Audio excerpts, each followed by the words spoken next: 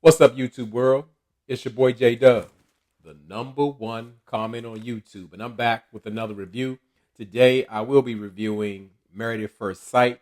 This is season 14, episode 15. Before I get started, for those who are new to my channel, I do recaps on reality shows. It's a detailed review. However, I don't hit each and every single scene, but I will pick out some details that you may have not noticed. And as I said in the beginning of the video, I am the number one commenter. So what I look for is for you to be down in those comments. I don't ask for the likes. I don't ask for the subscriptions. If you rocking with your boy J Dub, that'll just come natural when you ready to do so. But I need those comments. This is what I do it for. I'm all about it. I could be on somebody else's channel making comments, but I'm here to create a platform for my people. So we can do what we do, and the motto of this channel is say what we say. Get down in the comments, say anything you feel like it. If you want to talk about, Mark with the backwards blink with the eyes, when he get nervous or stressed out with Lindsey. If you want to talk about Lindsey drinking 17 half bottles of wine every day, get down there and say it. The only thing I ask is that we would be respectful to each other. Why? Because we have a community here, the Dub fam. And the Dub fam, we get down to the comments, laugh, joke, debate, go back and forth, but we do it and just have fun, and we stay respectful to each other. So let's go ahead and get started with this last segment of Married at First Sight, which I do individual couples. And we're on the fourth and last installment, Mark and Lindsey. So we back at the House of Cats. And Lindsey is in her confessional. She's complaining that Mark believes that she's too loving, she's too caring, she's too giving. Yeah, right. We know Mark didn't say that. And who would complain about something like somebody's being too loving, caring, and giving? Those are things that most people want. And we go to the after hours cam when production leaves and they have cameras in the shared apartments, and Mark is pretty much saying that he doesn't like to be like picked at and prodded and poked and all of that and grabbed up, when Lindsey's talking to him. And you can really tell that like Lindsey, she doesn't have boundaries. She likes to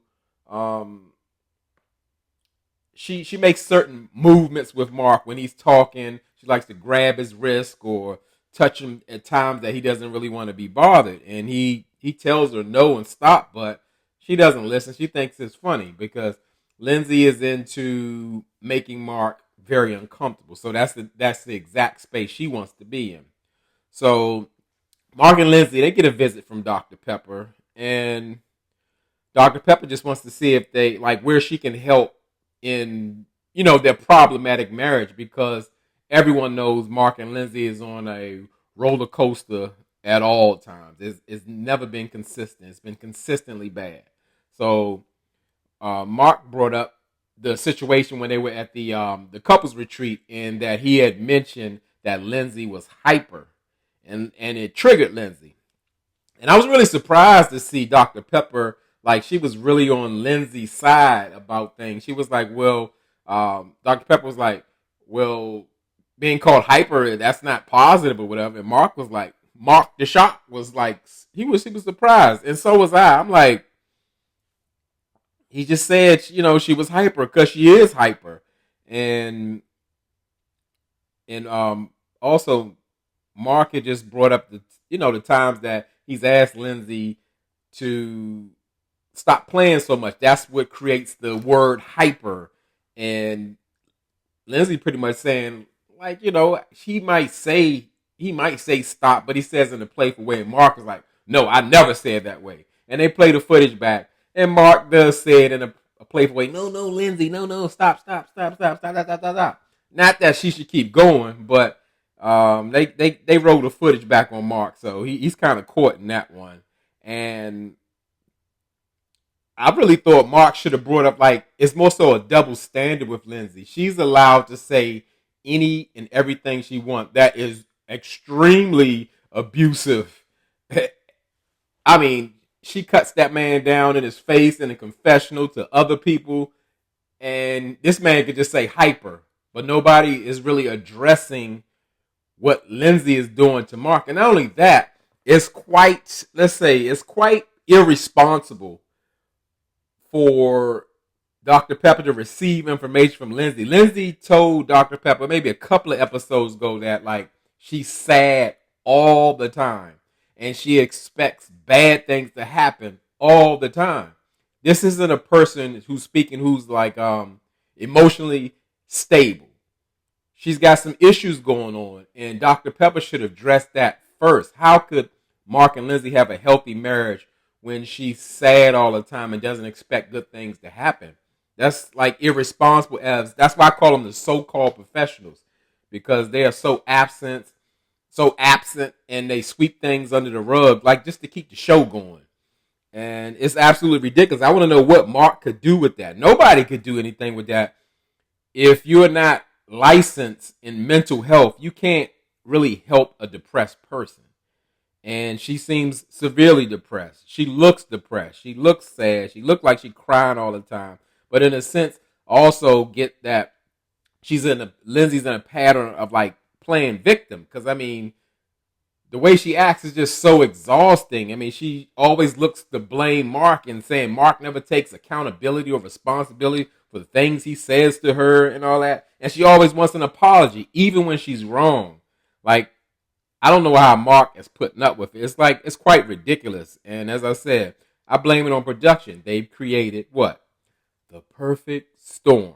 So, yeah, Mark has been triggered before, had, I guess, again, one of his exes act just like Lindsey, and they found him another Lindsey that drank 17 and a half bottles of wine every day and who lashes out at him. And not only that, his father dealt with the same way. His mother was severely depressed, and his father was overwhelmed. They didn't know what to do, but this is not accident. This is through research.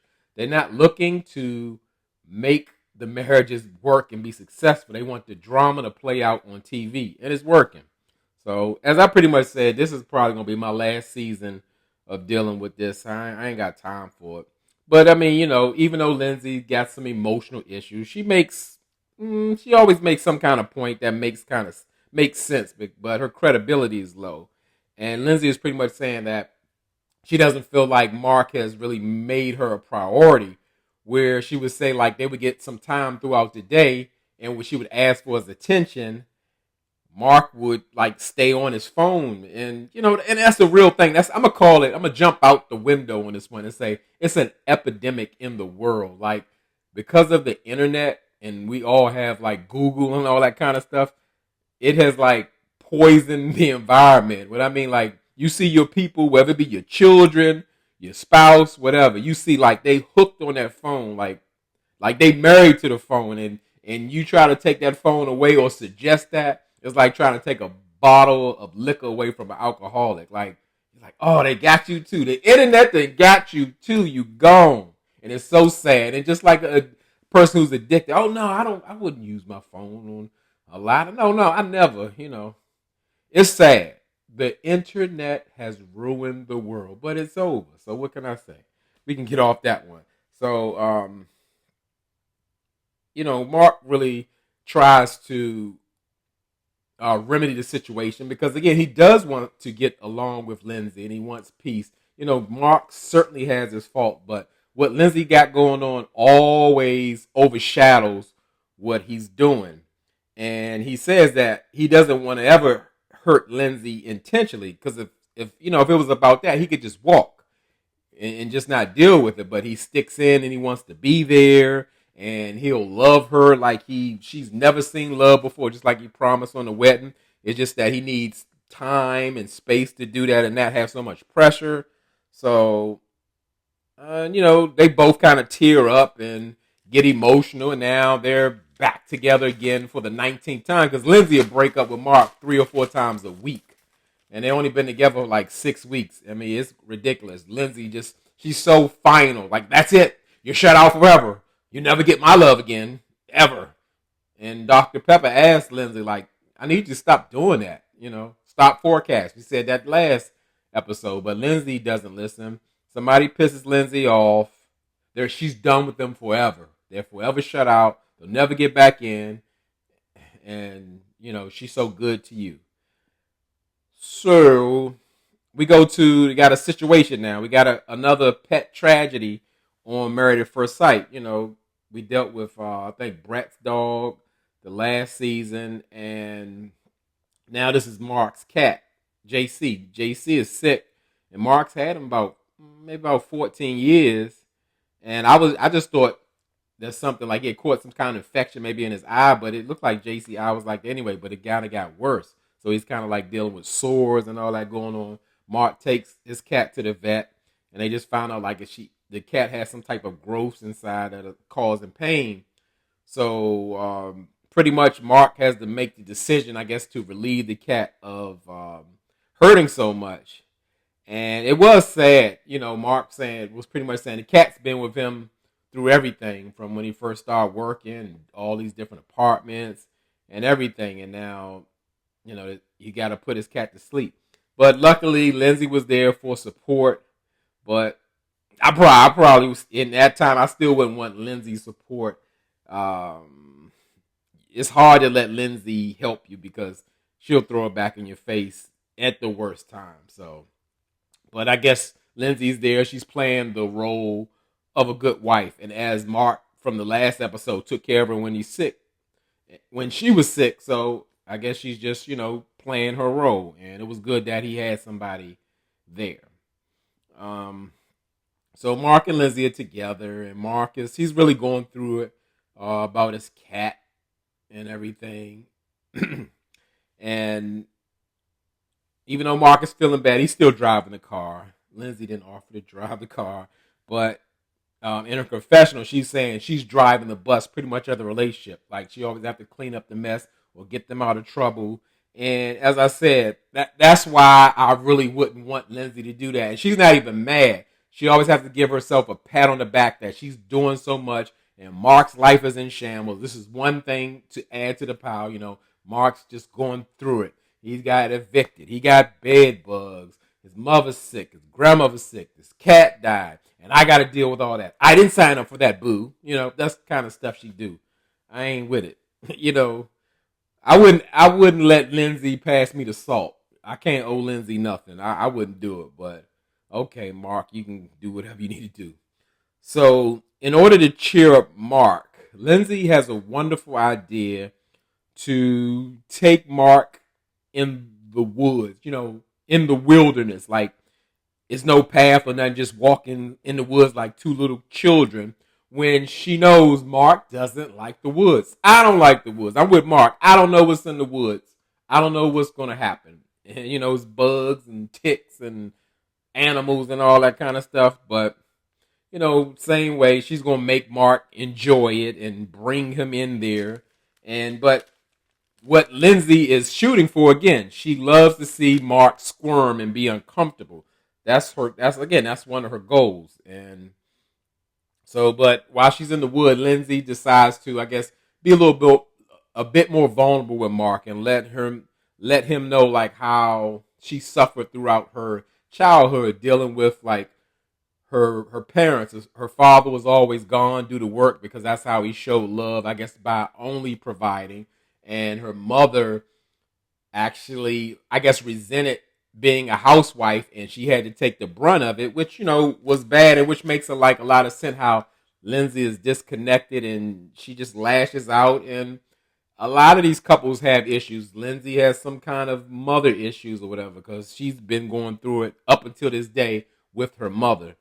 And, it's really showing up in her behavior. So at this time, Lindsey decides to open up her childhood letter that she wrote to herself, while Mark is grieving. But that's a part of the assignment. And, Lindsey got into this woe is me kind of situation, but she kind of turned it around of how she tries to, build herself up that everything that she does is wonderful and she has this wonderful life and she's ahead of everybody else. That's built like off of Lindsey's insecurity and looking for acceptance. So now we go to Mark. Mark is taking Lindsey to visit his hometown, and they visit Mark's uh, the house that they used to live in as a family. And Mark said it's been like 2 years since they lived there, and that his father's been gone for 2 years. And you know what? I believe that. Mark looks like at 40 years old, he lives with his mom and dad until his dad passed and whatever happened after that. Because like his mom is like really depressed, and so I don't think she could live there. I don't know. I think they sold the house. That's what I believe. And Mark really got choked up about the memories because he felt like he was just at the house and living there or being with his parents, and it brought back a lot of memories. And Mark decides to write his childhood letter, and it sounds like like a fifth grader wrote the letter with Mark, and Mark just comes out of nowhere with a goal like that he's going to one day buy the house. I'm like, hold up, Mark. You gotta get a job first before you start talking about buying houses and all of that stuff. But I kind of get it. I would say I'm a person of nostalgia because just like Mark or just whoever anybody else on this show, where I regretted that I didn't enjoy my youth as much as I did or appreciate my grandmother when she was here and all that. I know how that feels, and you want to go back there. You want to go back in time just to do it all over again so you can do it better. But he kind of went far with it, where like he wants to buy the house back and move in there, and Lindsey ain't down for it. And I get that too, because Lindsey says, I'm not a Lindsey fan at all. Lindsey or Olajuwon, get him out of here. But Lindsey was saying, like, I don't really want to compete with your memories. And, it would really be like his house, even if they bought it all over again. Like, don't stand over there. My mom used to sit over there and all that kind of stuff. Who wants to do all of that? Create your own new memories or whatever. Yeah, and if you're super wealthy or something and you're able position to do it, buy your house back and do something with it. Who knows? But, yeah, I can see how Lindsey kind of, like, pushed back on that Mark idea. But, yeah, for Mark and Lindsey, that was just pretty much it. Lindsey wasn't as horrible as she was. Of course, she made accusations and blamed Mark. That's on a normal day. So, I mean, she didn't go off with the insults like she normally does. So, I guess we got to take baby steps with Lindsey. But, again, it's quite unfair that Mark has to deal with a wife that's possibly... No, I'm going to say it. I'm not a doctor or therapist that appears to be extremely depressed. It's just not fair. And he deals with that with his mother. And he dealt with that type of behavior with his ex. And it's no accident. So what can I say? As I say, I got to pull myself out of it so much because they want the drama. They want people to be triggered. They want us to go back and forth about it. And I'm not going to do that too much. I'm just report the news like how I do and give my thoughts and opinions. So that concludes the final segment of Married at First Sight, Mark and Lindsey. Get down in the comments. Tell me what you think. Something I might miss. Something you can open my eyes to like I'm Mark the Shark. I don't know. But like I said, get down in the comments and keep on rocking with me. I'm trying to catch up with these videos, due to my real estate journey. For those who don't know, I try to say in every video, give a disclaimer, because some people are like, what's up with the videos? Why you put a ring on it? Why you ain't got Married at Huntsville? I'm gonna do my best to catch up because the cycle's already started. Friday, we got another Ready to Love, and I guess Put a Ring on It. It comes on Friday too. So I'm gonna do my best. That's all I can tell you. And as I always say, y'all could be anywhere in this YouTube world, but you're here with me. I really appreciate it, and I really mean it.